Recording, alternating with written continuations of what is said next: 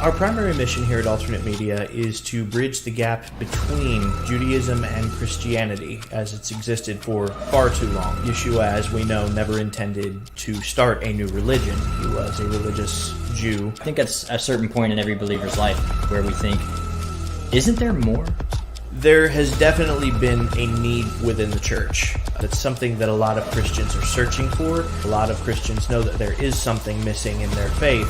And what indeed is intended to fill that is Judaic roots of the faith. The New Testament is very clear about bridging the gap between Jew and Gentile, and we're just returning that mission back to the modern day.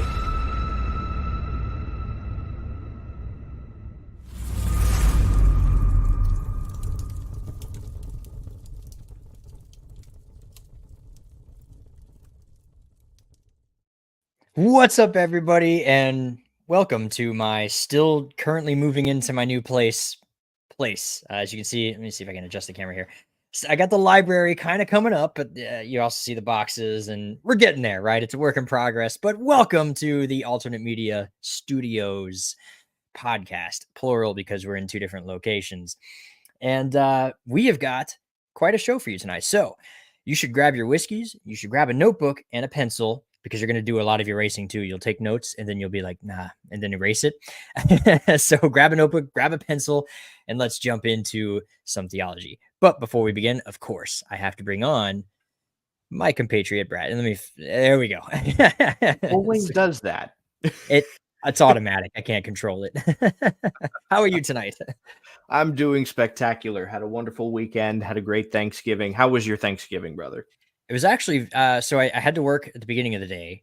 But when I came home, it was like a small get together, me and my father, and a couple of friends of ours. And it was fantastic. I couldn't have asked for better. Nice. Awesome. How was yours?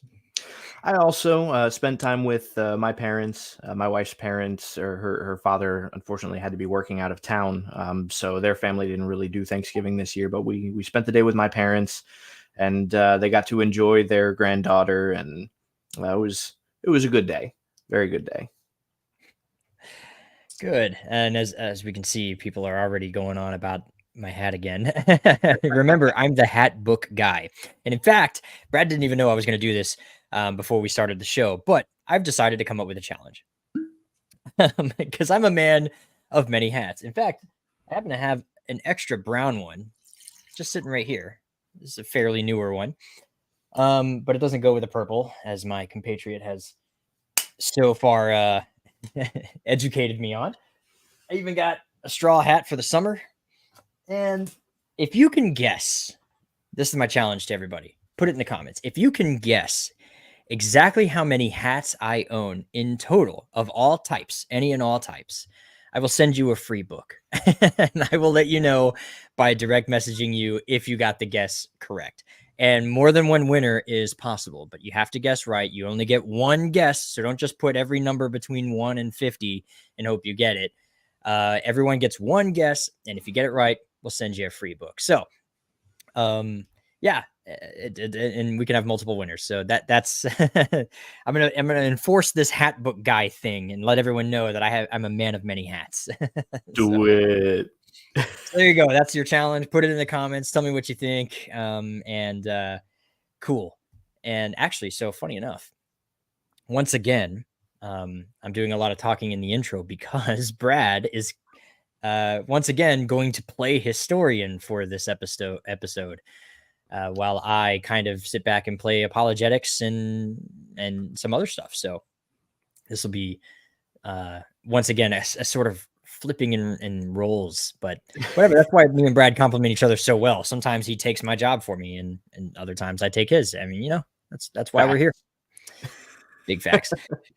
Before we get started, what are you drinking tonight? I am having some more of this Courage and Conviction, which my father got the day that my daughter was born, and so I'm enjoying that for right now as a new father. And paired with it, I've got a Winter Lager by Sam Adams because I always do a Boilermaker, and Winter Lager is one of my favorite Sam Adams. Can't go wrong with either of those. Virginia Distillery, solid whiskeys, and then of course Sam Adams. Always a good yourself. decision. So for tonight, I am having this new stuff, not new to you, new to me, Bardstown. This is the Fusion series. It is a 96.8 proof, for those of you who don't know. But of course, Brad, you are familiar with this bourbon. Yes. Anyone who's been with the show long enough knows that I'm not usually a bourbon guy. But as of late, I've been slowly discovering more and more bourbons that I really like. And this happens to be one of them. So I tried this a couple nights ago, fell in love with it, and that's what I will be drinking tonight. Yep. I have that exact bottle. It's empty now, but it is a spectacular bourbon. Highly recommend to everybody watching. And my father is making a guest appearance here on the show with his whiskey glass that he this is the Waterford whiskey glass that he's let me borrow for the show. So thanks, Dad.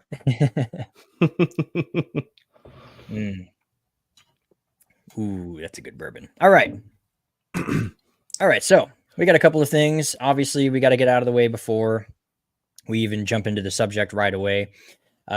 One of those being, don't forget to bless that like button and believe in the subscribe button. Faith without works is dead. Remember that. That's terrific. And if you're not already, join our Discord. And of course, if you feel so compelled, please join us on the Patreon as well as the website. All of the memberships are all exactly the same across the board. Membership starts as low as $1 a month. You get access to exclusive content as well as the after parties, which is the little after party thing that we do post show. You get to hang out with us, me and Brad, one-on-one, and with everybody else who happens to join us after the show. You can ask us questions. We can talk about the show. We can sit in complete and awkward silence. It's whatever you guys want to do. But you guys get to just chill out with us post the show immediately after. And of course, we thank every one of our supporters for your continued support as we go through and grow as a company and a ministry. And so thank you ahead of time to everyone who is have been a supporter for us for any amount of time, but especially those who've been with us for the last couple of years. And then last but not least, if you have a question, put it in the chat. We will eventually get to it. If not, that's why you should join in the after parties, because we usually answer a lot of questions in the after parties. So that's worth its $1 a month alone, is hanging out in the after parties post show with us and asking any question you want, even if it didn't get answered during the show. But we do try our best to get to all of the questions. It's just sometimes under time constraints or depending on the subject of the question, we don't end up getting to it. But yeah, we will do our best to get to as many questions as we possibly can. All right. I think that's all the announcements out of the way. Let me get a little background music going. Amen. And there you go. So let's just jump into it. Today's topic: how did we get to December 24th and 25th? Right. That's the question I'm going to ask you. So interestingly enough, right, this is we're continuing with this series. And again, just to establish, right, we're not here to emphatically prove the history of religions theory, even though I think I can speak for both of us and say that is the theory that we actually hold to, right? That would be the position that we come from.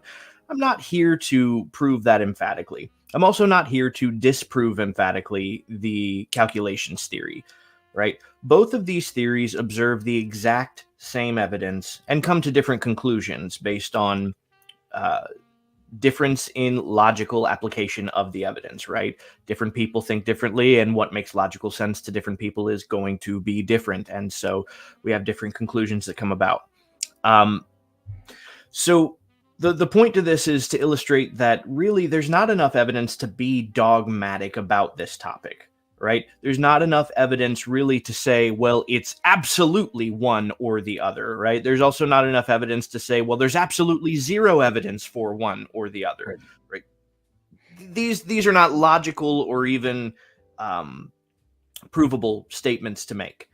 The evidence that we have has to be interpreted, which means that you actually have to utilize a level of speculation when examining this evidence for either theory. One of the most noteworthy aspects about tonight's topic, right? Tonight's topic, the question is, when was Yeshua born? Right? That like that's the question we have to start with if we're going to begin discussing how we have the date that we have and the number of other dates that we get throughout church history. But noteworthy here is the utter absence of any speculation on the date for the first 200 years of of Christian history. The first actual guesses that we get, the first calculations on any kind of a date that we can confirm, come from literally just before the 3rd century, right?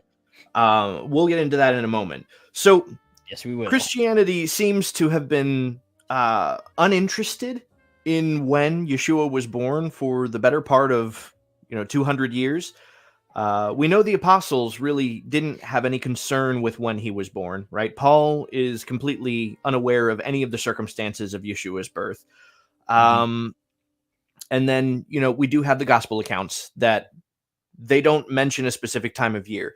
They do mention some evidences that we can use to speculate. Yeah. But they're so uninterested that they're not specific in any way.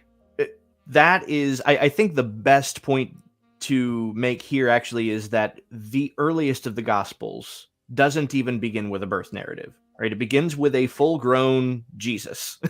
Yeah, it just picks up right where Jesus begins his ministry. Yep. Right. Mark seems to have absolutely no interest with the conditions of Jesus' birth, and we don't get a birth narrative until Matthew and Luke.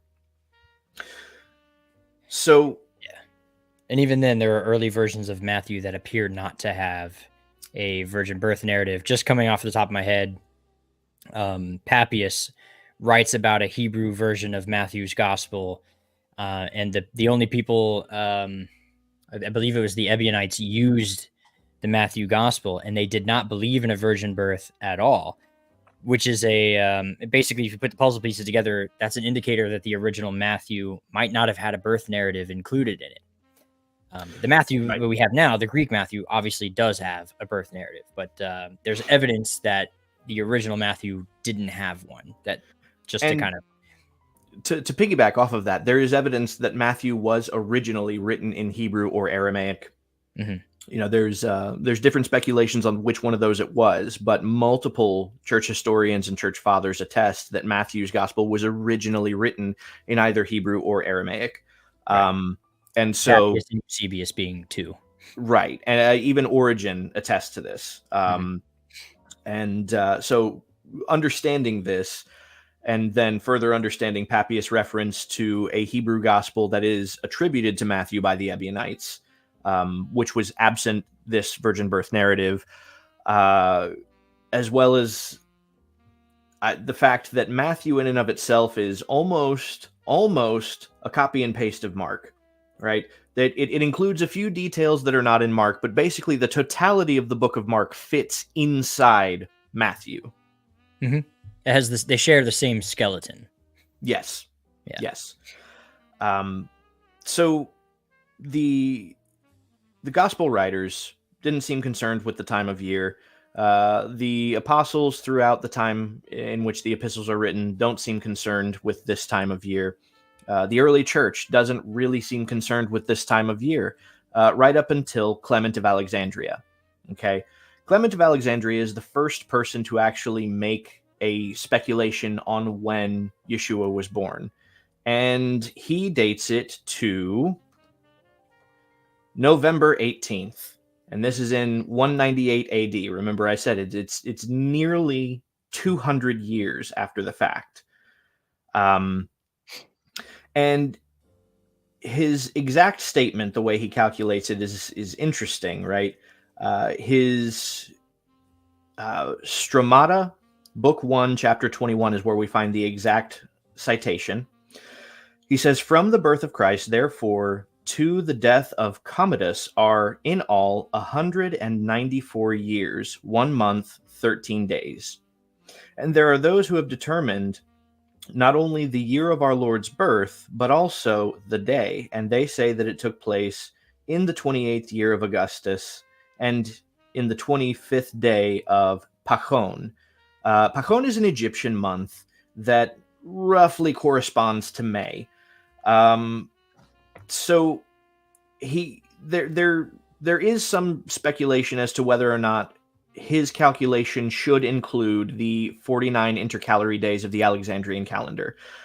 If you do that, you end up at January 6th.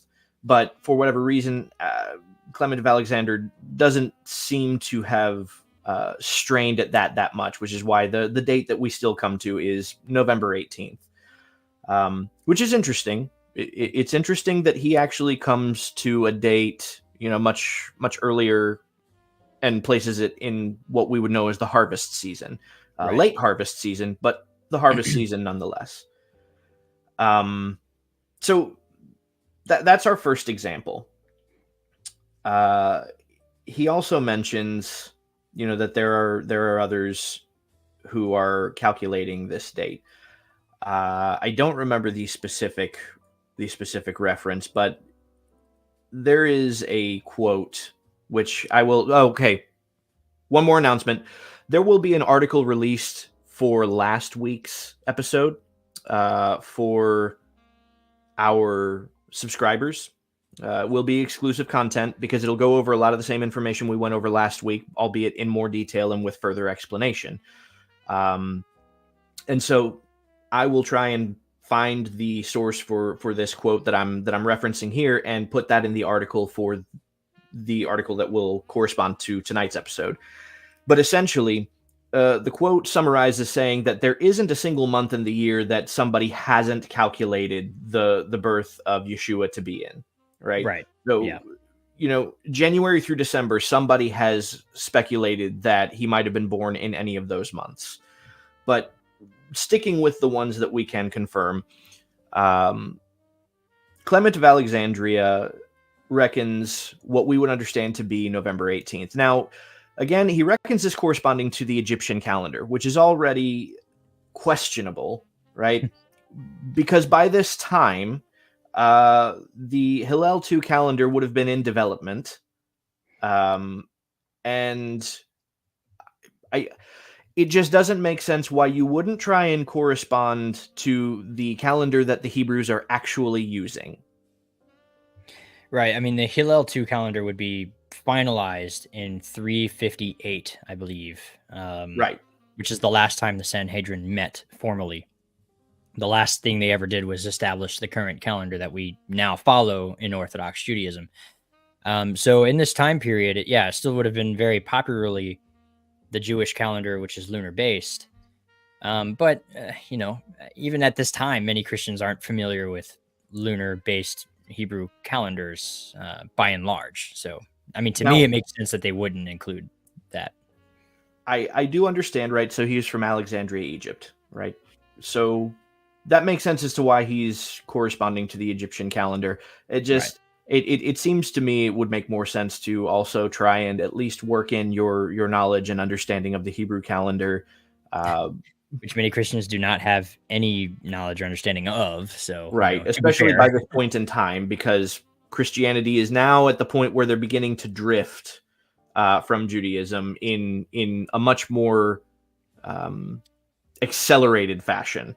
Let me put it this way. Christians today know more about Judaism than Christians in the 2nd and 3rd century did. And right, let me tell you, Christians today know next to nothing about Judaism. So cut that next to nothing of knowledge of Judaism and cut it into a fraction. And that's what we're dealing with in the 2nd and 3rd century. Yeah. Now, the next guess that we get is about it's a guess. That's right. What it is. This is a guess. These are all calculations, but I'm going to say calculations and use that word very loosely, because the methodology and the reasons behind their calculations don't actually make much sense, given the information that they seem to be working with. So the very next one actually does suppose a December 25th date.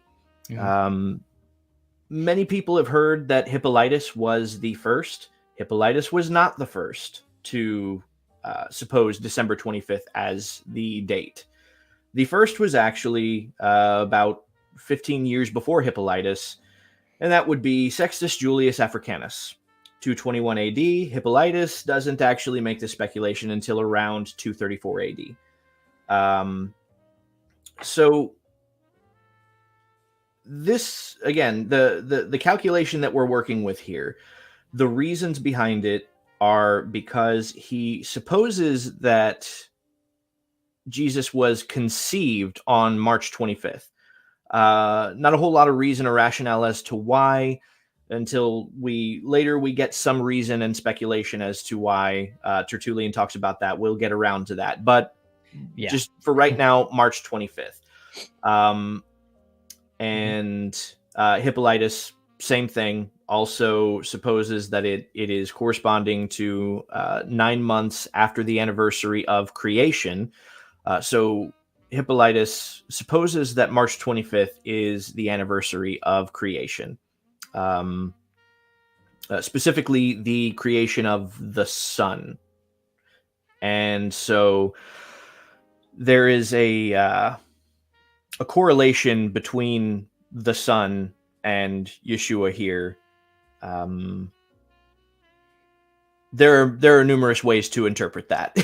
I mean, to be fair, now from a non-Trinitarian perspective, to say that the sun was created on the same day as the sun, obviously heretical if you're a Trinitarian, but from a non-Trinitarian point of view, which, let's be clear, in 221 and 234 AD, the Orthodox Trinity has not yet been defined or created or in any way considered to be the Orthodox Trinity. So many of these people, like Sextus and Hippolytus, would have been okay with saying that Jesus was a creation on the same day as the creation of the sun. That's even though they would have considered him God in some fashion, they likely would not have seen a problem with viewing him as a created being. So that's part of the correlation that they're trying to create when doing their math here, is by looking for patterns in biblical development, and they didn't see a problem with that at the time. Right.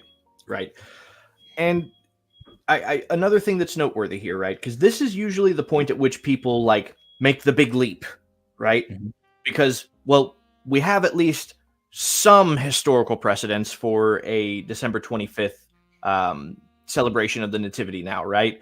Because some people mentioned it. And so that's why we celebrate Christmas on December 25th, because these two guys in church history guessed that was the case.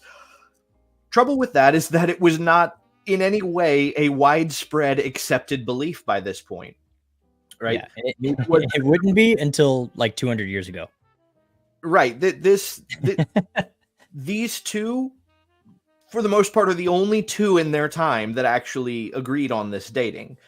How do we know that? Well, we know that because of the next guess at a date that we have. That's, first of all, it's important to note that December 25th is not the last speculated date for the birth that we get. Mm-hmm. Okay. We get a few after that. And the next one comes from the De Pascha Computus. The De Pascha Computus is a document from 243. Let's see. It is either correctly or incorrectly attributed to Cyprian. But the De Pascha Computus speculates that Yeshua was born, right? The calculation that it makes is March 28th. Now, that would actually make more sense of the supposed reasons for the March 25th conception date. Right. I'll explain that in a moment, but for right now, to understand, we didn't stop at December 25th. The church did not stop at December 25th. The church still went on to make other guesses. And some of them more correct, actually, as we go on in the future, believe it or not. Yes. Well, I mean, we already had one that was kind of sort of more correct than December 25th with Clement and November 18th, right? Yeah. That's still more correct than December 25th. But so yeah, the Deposca Computers of 243 AD gives us a March 28th date. Again, there's dispute over who wrote this. So I'm not going to make a solid emphatic statement as to who wrote it, but I've seen some scholars attribute it to Cyprian. I've seen some scholars say that it was incorrectly attributed to Cyprian, but they don't say who wrote it. So whatever, right? March 28th is what we have from this point moving forward. Now, the reason for these March dates, right? The reason that these are important is because what many of you may hear is that there was an early Christian belief that a prophet or a holy man would die on the same day that he was conceived. Mm-hmm. There is no evidence of that being a widespread belief throughout the church. Matter of fact, these speculations on these dates, and then Tertullian further expounding on it, are the only evidence that we have that this was ever a belief. And we don't know where this belief comes from. We have no idea where these men learned this tradition. But it oddly is very, very close to a Jewish tradition that we do know where it came from. Right. So we discussed this a little bit last week. We can go into a little bit more detail now. But Seamus, what is the Jewish tradition on the conception, birth, and death of very holy men? So far that I'm aware, and again, stop me if I'm wrong, but the widespread accepted Jewish tradition comes more or less from the idea that a prophet or a holy man dies on his birthday. Yes. Now, from what we understand, Tertullian, I guess, took that concept, flipped it in a weird direction, and put it that he was conceived on the day that he was killed, which would make, March 25th or close to Passover, 9 months later, December 25th of the same year.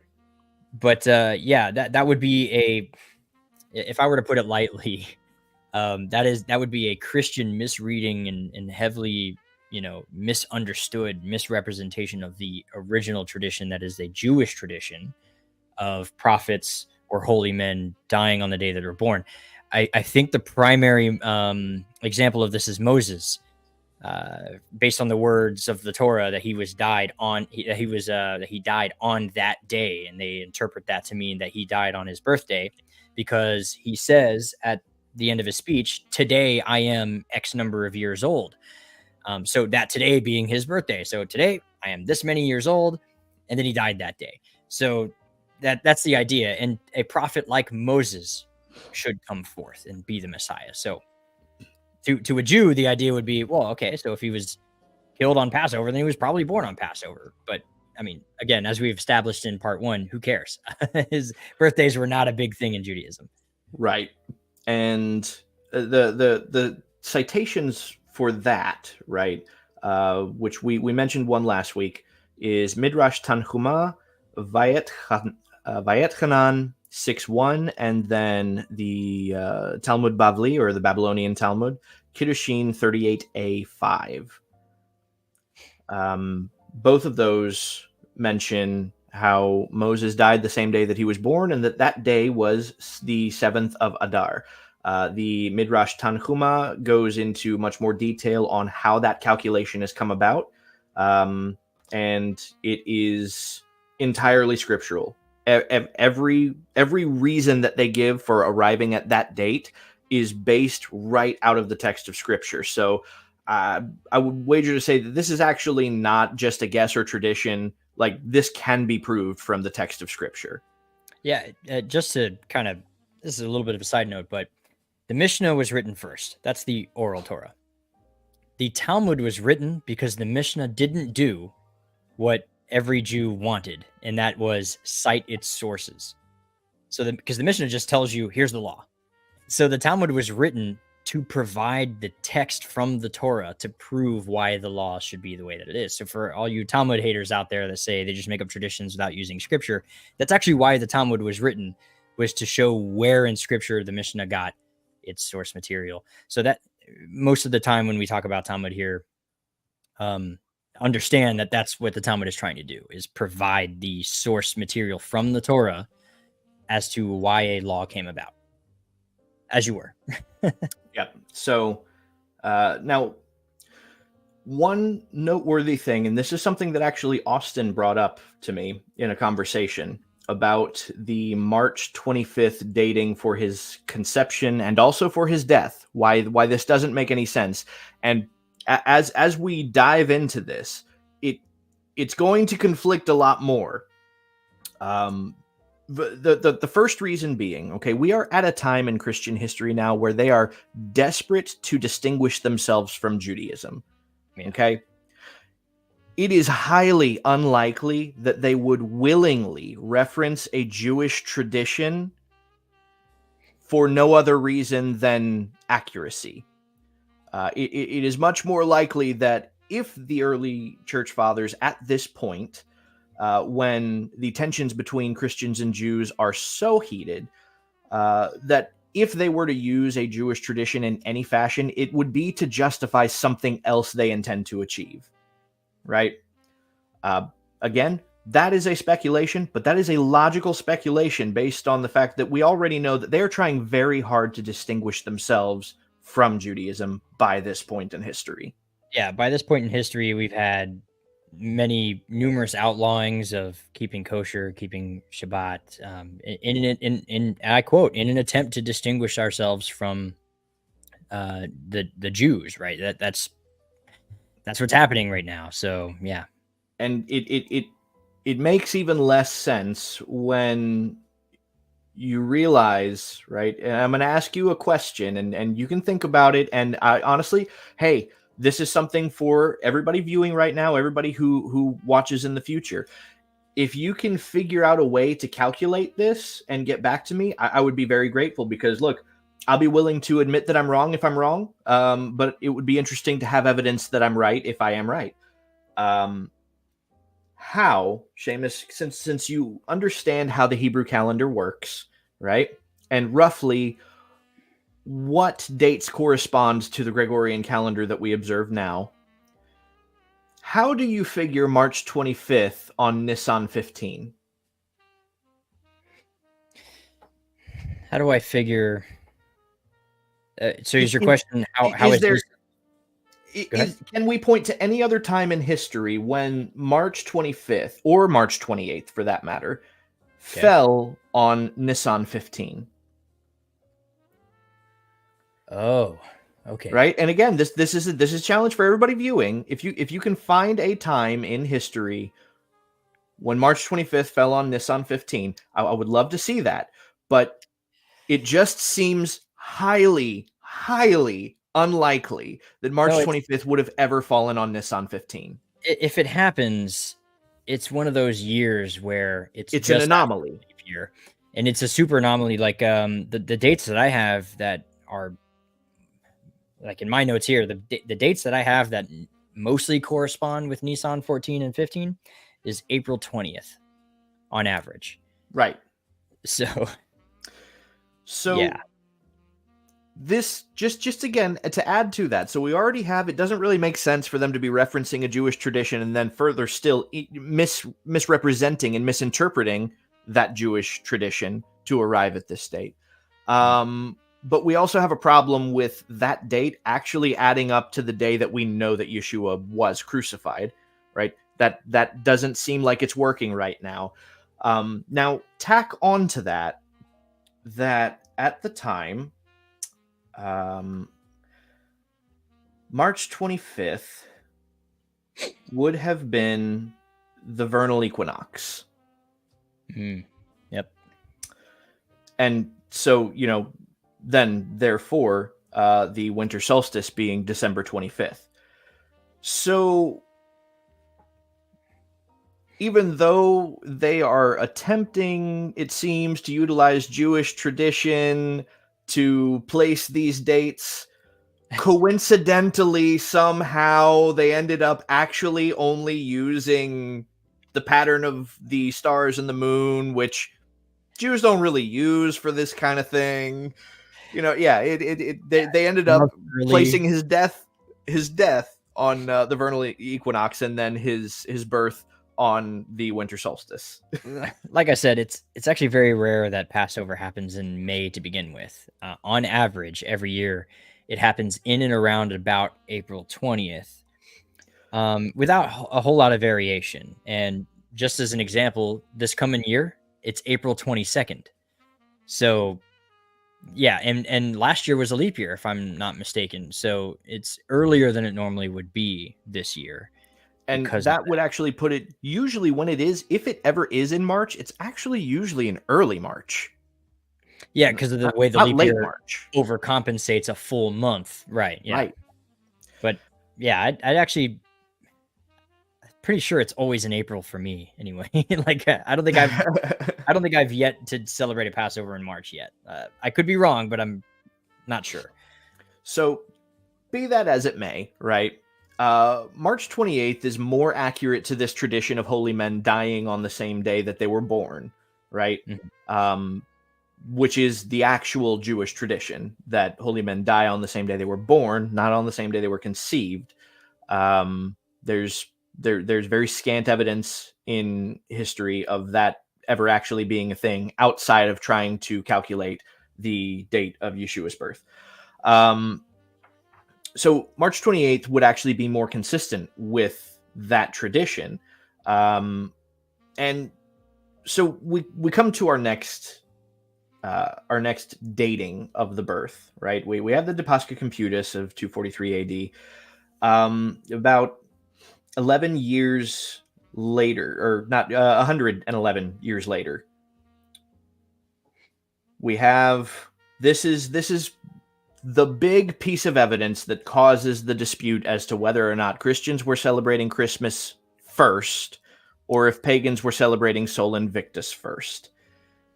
And there's a lot to be said about that claim pertaining to this document. So this document is the Chronography of 354, where we have the Philocalian calendar. Okay. Now, the claim that you will most commonly hear is that, first of all, it's the Chronography of 354, and what it records is a celebration of Sol Invictus that year. So the year that this was compiled, so 354.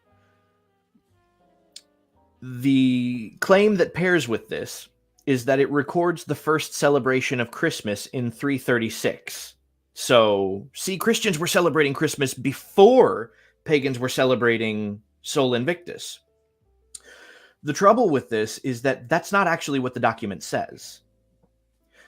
The portion of the document that they're referring to is actually a list of martyrs, right? And it begins with Yeshua, obviously, as the first martyr for his cause. And it places his birth at December 25th. And then it goes on to record all of the martyrs up to 336. It is presumed that because no martyrs are mentioned after 336, that the first celebration of Christmas could have been in 336. The document does not say they celebrated Christmas in 336. It is not a smoking gun, in other words. Not a smoking gun by any means. Matter of fact, to pair this, right, to further move forward, which we will next week's episode go more into detail into this. The first actual specified mention of an actual observance of this day doesn't happen until 380 AD. Yeah, so 354 actually have solid, like, it doesn't just say it. the document actually makes a claim that Sol Invictus was being celebrated. It says Christ was born on December 25th, but that doesn't mention a celebration. It actually mentions a celebration of Sol Invictus, and then we don't actually have a specific mention of an actual celebration on December 25th until 380 AD. So we're actually about Sol Invictus, as we can evidence, is at least 25 to 30 years prior at this point. The common accusation is that there's syncretism, right, going on within the church at around this time.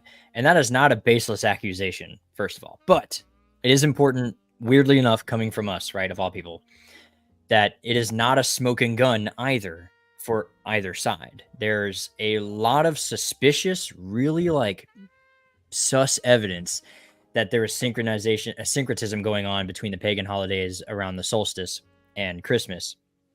One example being after 358, 382, suddenly Sol Invictus just goes away and then Christmas appears in its place at around the same time. It's like, it's really suspicious, but there's no smoking gun to prove that the syncretism is going on exactly as it is, but it's right. Really suspicious. So, and this is where I'll say, right, equal opposite speculation, right? So it in as much as it is speculated that this was the first Christmas celebration, again, that's not what the document says, right? We don't actually have evidence of that other than the fact that it says Christ was born on December 25th and then records a bunch of martyrs. It is equally speculated that the temple of Sol Invictus was erected by Aurelian on December 25th, way before this Philocalian calendar records this celebration of Christmas. Now, again, that is a speculation. We don't actually have evidence of that, just like we don't have evidence of there being a celebration in 336. These are speculations that scholars make. And these speculations continue forward. Closer to the 5th and 6th century, we have letters from, Augustine to other congregations talking about to synchronize with these other pagan religions in order to bring more people into the fold of the Christian religion. So it does become eventually a very common Catholic Christian practice to synchronize. But at this moment, we can't prove it until Augustine essentially admits it. He says the quiet part out loud at like 500 AD. So, we can't say common sense would dictate, because it turns out common sense is not so common. But a rational, reasonable person would think that maybe beyond a shadow of a doubt that there's a little bit of syncretism happening here. But again, we can't prove anything. Technically wouldn't hold up in court, is what it is. We're just giving you the facts. You can decide for yourself. Right. Now, again, moving forward in time, and this was referenced in last week's episode, and will probably again be referenced in next week's episode, just because of how this document actually kind of completes and rounds out the argumentation here. But the Hagada of Shimon Kepha, right? Oh, yeah. Right. Now, again, this is an anti-Christian document. Now, there are those who would try and disqualify it on the basis that it's an anti-Christian document. That's just bad scholarship. It's BS. It being an anti-Christian document is no more reason to disqualify it than any of the anti-Jewish documents which were written by the majority of the early church fathers, right? We don't disqualify those on the basis that they were anti-Semites, right? The history that they're recording is still valid history and worth being looked at, even if it's not entirely correct. It's still worth being looked at. You look at it, you just look at it critically. Right. And even if they contain a lot of information that we know to be incorrect, that doesn't mean that the totality of what they record is incorrect. And actually, some of the smaller details that they do record give us good reason to speculate as to what was going on, at least within their own time. So this document, the Hagada of Shimon Kepha, is, and as far as I can tell, it is very hard to find a dating for this, but as far as I can tell, roughly an 8th century document. Okay, so we're well into the medieval period at this point. There are a lot of inconsistencies that it has with what we would call the biblical narrative, based on what we know happened in the New Testament period, Book of Acts, what have you. Because this is Judaism, which is under heavy persecution from the church at this point, trying to rationalize how this movement came about. So first thing to recognize, this is actually Judaism acknowledging that they understand that Christianity came out of Judaism, right? Yes. This is an acknowledgement of that. So how they explain it may not be true, but what they are explaining is true. Christianity did come out of Judaism. And so it mentions a few details that are not consistent with what we know happened in the lifetime of Peter throughout his lifetime, in the Book of Acts, from what we can record and see. But interestingly enough, it raises a number of questions as to if these other details are made up, why? Because it doesn't grant the Jews of this period anything to make these details up. That's the law of disparity. It actually is rather consistent with what we know from the earliest of church fathers about Christian practice, which we discussed last week. Which is the law of context. Right. So according to the Jews of the 8th century who authored this document, presumably authored. Let me step back a moment, because the writing itself places itself in 60 AD, but it's more reminiscent of the writing styles and the conflicts that we know came from the 2nd and 3rd century. So we can date it to the 8th century, but given the writing style and the conflicts that it is encompassing, seems more similar to, we'll say, the 3rd century at latest, right? So the jury's still out. Yeah. Right. Somewhere between the 3rd and 8th century, we can document this account. It's not 60, but the jury's still out between 200 and 800. Right. What it records is essentially that the Jews were having trouble distinguishing the followers of Yeshua from other observant Jews.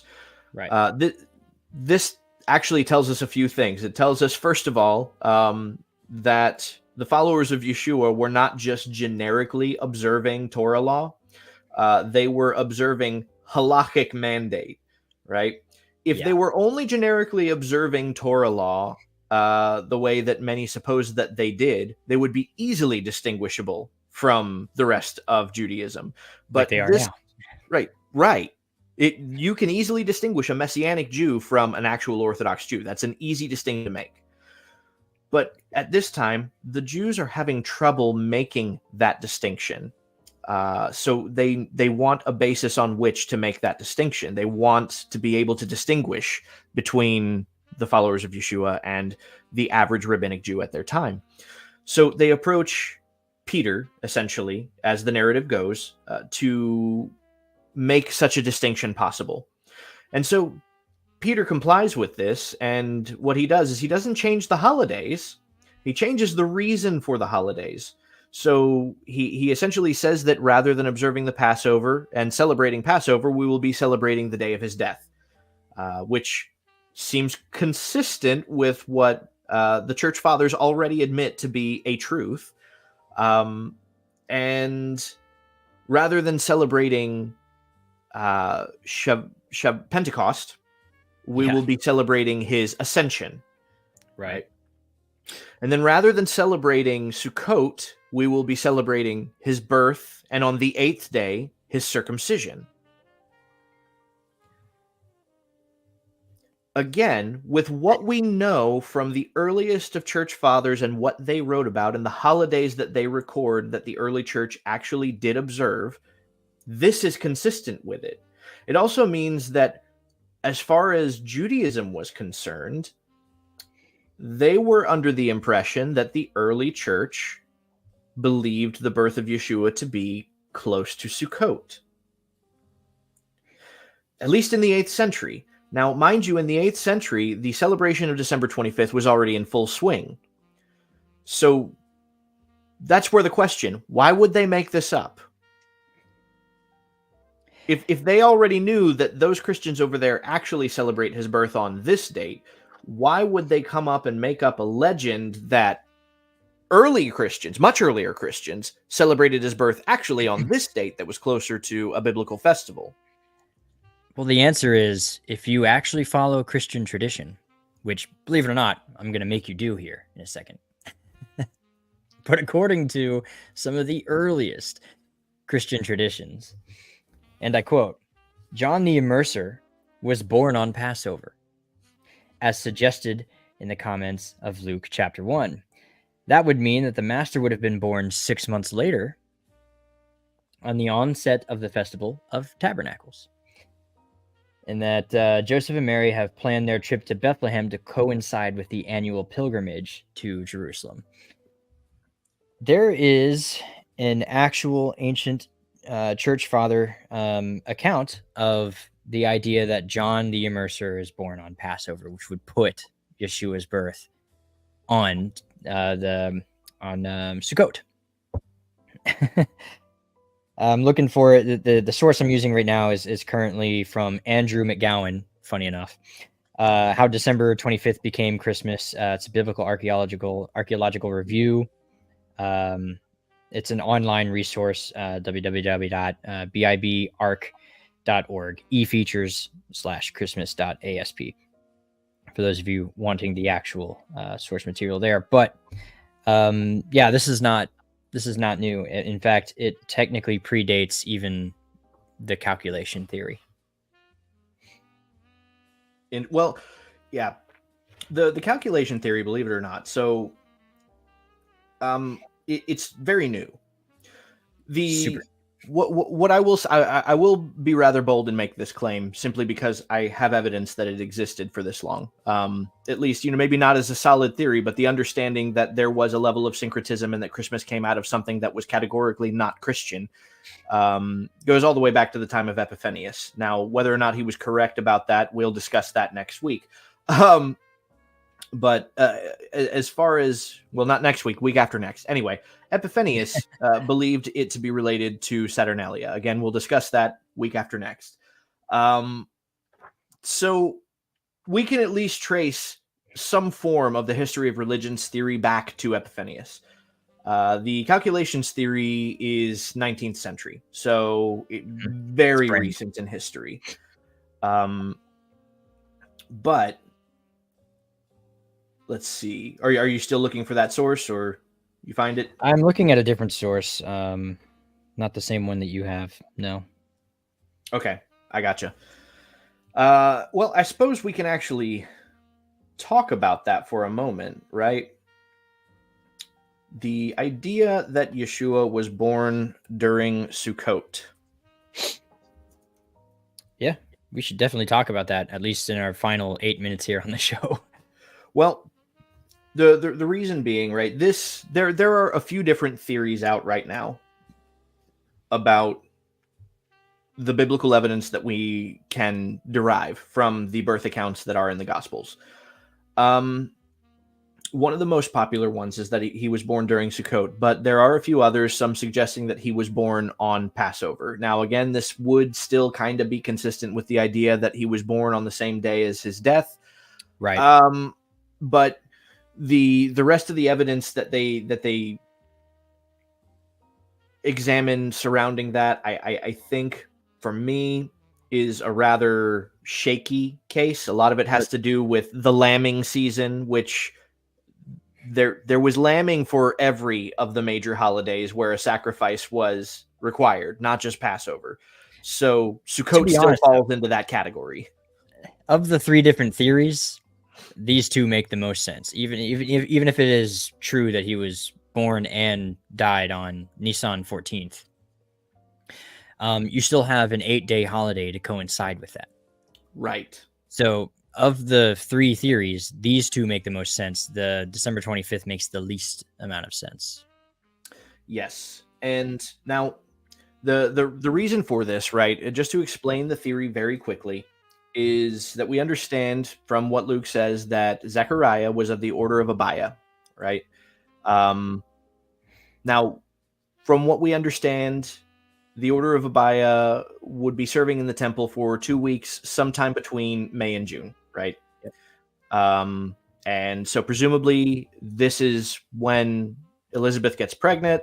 6 months later, Mary conceives, and then 9 months after that, right, still puts you very close to Sukot. There are a few people who are trying to poke holes in this theory, and they're not really offering an alternative theory, and they're not really offering reasons why this is not a logical supposition. They're offering possibilities that it might not be true. So in other words, the evidence that they're offering is actually still scant and does not make as much logical sense as just assuming that this actually is true. This is still a more logical theory than the alternatives, based on the holes that they try and poke in it. And then further yet, and this I do find a bit odd, is that they're trying to poke holes in this theory and then further offer, again, not evidence, but reasons as to why Yeshua might actually have been born on December 25th, as though that's a legitimate possibility. Now, one of the arguments is regarding the winter, right? The fact that it was when people say it was wintertime, it would have been too cold for the lambs to be out, and so people contest this theory. Let me tell you, it's not the cold that was the reason that the lambs wouldn't be out at that point. It's the rain. It's the wet season. That was the rainy season. And there is Talmudic literature to prove quite literally that, you know, the holidays would have been the times of year where you would have actually had the shepherds, where they would have been at a distance where they could actually come and see the Christ child. Right. And this comes from Jerusalem Talmud, to be clear. The Bavli Talmud doesn't cover a lot of seasons, but the Talmud Yerushalmi does. So, right. But better yet, this is not a new theory, which is something else. A lot of people presume that this is something that Messianics have made up after examining the text and then weighing it against what we can learn and derive from Talmudic literature and historical sources about the Order of Abiah. This is not a new theory. This actually goes as far back as Increase Mathers from the Puritan movement. Increase Mathers seems to have been very much under the impression that this would have been the time of year that Yeshua was born. Specific citation on this, if you are interested, comes from a testimony against several profane and superstitious customs now practiced by some in New England, and the evil whereof is evinced from the Holy Scriptures and from the writings both of ancient and modern divines. He was very fond of long titles. And this is Jon Snow. He's king of the north. right, exactly. So Increase Mathers, for those who also might be interested, he was one of the witch hunters and the presiding judges, I guess you can say, over the Salem witch trials. Increase and Cotton Mathers, father and son, and even that account that they wrote an account of that, and that account is also an astronomically long title for a book. They really liked it back then. But be that as it may. Right, he says, though the particular day of Christ's nativity is unknown to the world, yet it seems most probable that he was born in the latter end of September or in the beginning of October. Seamus, what holiday usually falls late September, early October? Wow, we just got done doing some Sukot. Didn't we? Didn't we? It's amazing. Like 4 weeks ago. So he actually continues even to suggest the importance of his being born at Sukot. And actually, he makes a direct comparison to the reasons for Yeshua being born during Sukot by contrasting them also to the reasons that he would die at Passover. It says, moreover, the Feast of Tabernacles, which signified the incarnation of Christ, was in the 7th month, inasmuch as the Passover typified Christ's death. He was crucified in the month, in that month. Why then may we not think that since the Feast of Tabernacles typified his nativity, he was in that month born? There are also several other festivals in that month which might fitly type the good tidings of great joy that should be to all people by reason of Christ being born unto the world at, moreover, the Feast of Tabernacles, which signified the incarnation of Christ. It's a very long quote. It will be in the article. Yeah, we're going to post an article after the show, sometime after the show. And also in the article, again, I'm not going to cite the whole quote because it's a bit long, but he actually does reference the Midrash Rabbah as a source for this belief. It is his understanding that the Jewish rabbins, as he calls them, in the Midrash Rabbah, suggest that the Messiah will be born during the Feast of Tabernacles. So, I mean, you just think about... we're going to back up just a second here. The Feast of Sukot, the Feast of Tabernacles, right? The whole purpose is a reminder of how Hashem is our covering. During our time of exile, he protects us. That's why you build a shelter without a real roof, because you don't need a real roof. You have Hashem as your ultimate protector. But also, during the days of the tabernacle, God asked the Israelites to build him a tabernacle, right? A mishkan, so that I might dwell among them, plural. Not in it. He says, build me a tabernacle so I could dwell in it. He doesn't say that. He says, build me a tabernacle so I can dwell with them. So the whole purpose of the Feast of Tabernacles is God is with us. God with us. Emmanuel. It doesn't get any better than that. So. Yep. Yeah. It's he actually, it's interesting. Increase Mathers also notes that the Jews scoff at Christians for celebrating the Nativity on December 25th because of this reason, which presumably again would actually be a confirmation of the Hagada of Shimon Kepha. But and finally, the most recent dating by a Catholic cardinal on the date of the Nativity is actually, again, much more consistent with a Sukot season birth. Now, mind you, as Catholic cardinal, he's got every reason to try and defend the tradition of December 25th. Yeah.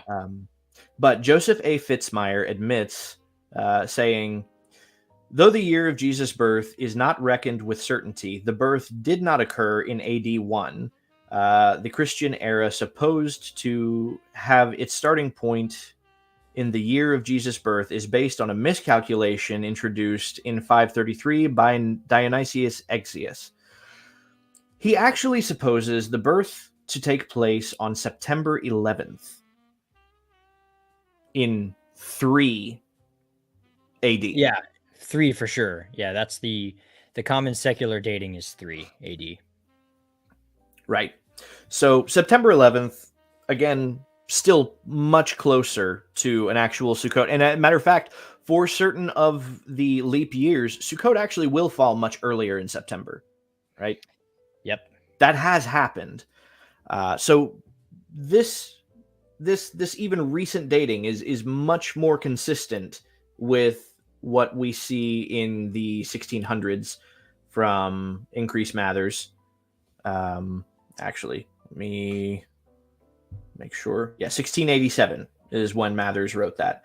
And it's consistent with what we can read and derive from the biblical text itself. It's the most logical conclusion, which brings me to my last and final point. We can conclude this, and others have concluded this, based on examining the birth narratives themselves. None of the other church fathers who made a calculation regarding his birth ever referenced the birth narrative to derive this information. Every single one of them tries to base it on the supposed date of his death. Mm-hmm. Why? That may not have an answer to it, but it's just curious to me that they wouldn't reference the birth account. Because I think to a nominal Christian, to answer the question, who is not familiar with Old Testament law, Jewish tradition, biblical lifestyle and living, the birth narrative as provided in Luke does not give you any information that you can work off to calculate to a non-Jewish or non-biblical observant eye. But as you're about to explain, if you know these things, Luke actually gives you the answer. Right. This illustrates the incredible importance of actually familiarizing yourself with Jewish literature and Jewish teaching, which, props to Increase Mathers in his time for familiarizing himself with some of this Jewish literature. Was doing a lot better than a lot of the earlier church fathers trying to speculate at this. And that's what we're here for, right, guys? That is what this ministry is dedicated to, is bringing that kind of an education, that kind of knowledge to you so that it can better enrich your understanding of the text of Scripture. That's really kind of the end of what we've got. We don't really have that many more other calculations beyond this point, right? Those are all of the historical calculations that I could gather. And again, kind of just to summarize, what we've got is something in November, kind of sort of close to Sukot, that makes a little bit more sense. And then we've got 2 guesses at December 25th for various reasons that really don't make that much sense. Then March 28th, kind of sort of based on the same reasons that don't really make sense, but it makes more sense than the previous 2. There was no unanimous agreement in the early church on when Jesus was born. To suppose that we celebrate Christmas on December 25th because Sextus Julius Africanus calculated the birth to that date just doesn't have a logical basis, given that there was no unanimous agreement on that date at that time. It's not something we find until much later. And to help you kind of wrap this up, for part 3, which I believe we're doing next week. Next week is December 3rd. Not the Hanukkah special. So next week, part 3, we are going to go over how the reformers looked at Christmas and a few other fun facts about that. What do you have the historical basis written down here? Right. That we're going to next week. What I want to go over. We've gone over how the date came about. Next week we're going to go over when celebrations started. Yes. Right. When did Christians actually begin celebrating Christmas? So far as we can determine, and was it unanimous even then? And how, again, because this will be relevant, how the reformers thought about the holiday, how they thought about how they got to the holiday and its pagan or non-pagan associations. And so part 3 is stay tuned for that. It's gonna be fun stuff. Absolutely. But I think we're 8 minutes past the hour. I think you got anything else you want to throw at us, or are we all set? I'm good for tonight. Cool. Well, so we'll wrap things up here. Let me hit the announcements here real quick. Once again, if you aren't already, please believe in the like button, bless the like button, believe in the subscribe button. Faith without works is dead. It's the best way and the freest way that you can help us and support us as a ministry. And should you feel compelled to support us further in the ministry, we do have a Patreon as well as the website. I don't see the website banner up. There it is.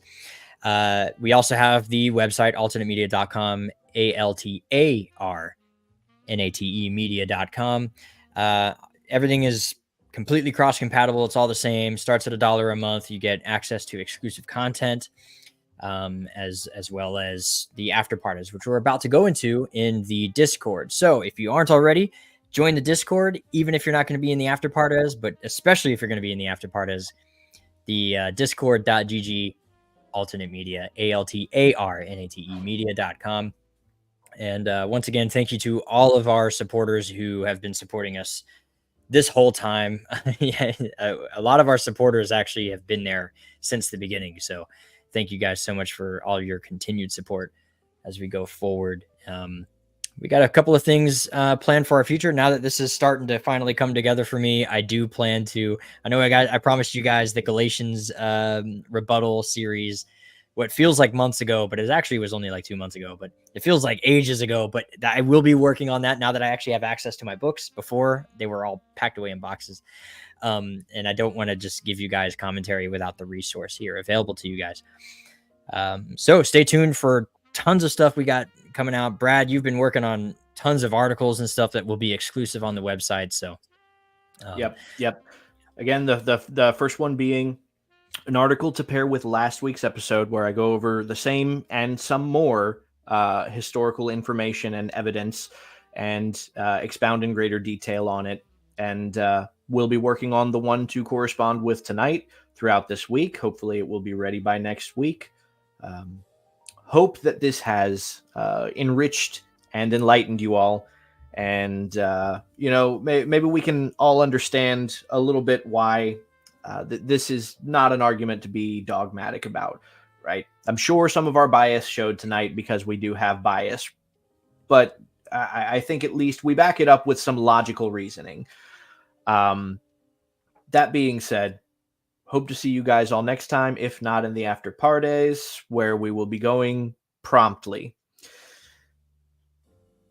L'chaim.